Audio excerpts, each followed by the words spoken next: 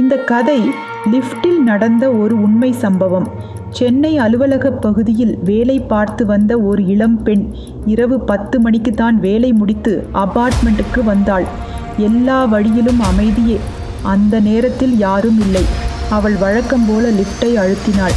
கதவு திறந்ததும் உள்ளே யாரும் இல்லை. அவள் நிம்மதியாக உள்ளே நுழைந்தாள். ஆனால் கதவு மூடுவதற்கு முன்னால் திடீரென்று ஒரு ஆண் உள்ளே வந்தான்.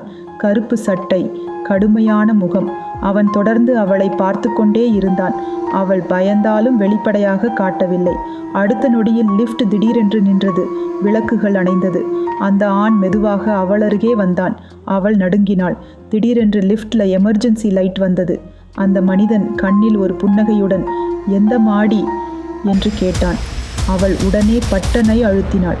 கதவு திறக்க அவள் பயந்து ஓடி வெளியேறினாள். ஆனால் அதிர்ச்சி என்ன தெரியுமா? அவள் திரும்பி பார்த்தபோது அந்த மனிதன் அந்த மாடியில் இறங்காமல் இருளில் மறைந்தான். இந்த கதை உங்களுக்கு பிடிச்சிருந்தா சப்ஸ்கிரைப் பண்ணுங்க.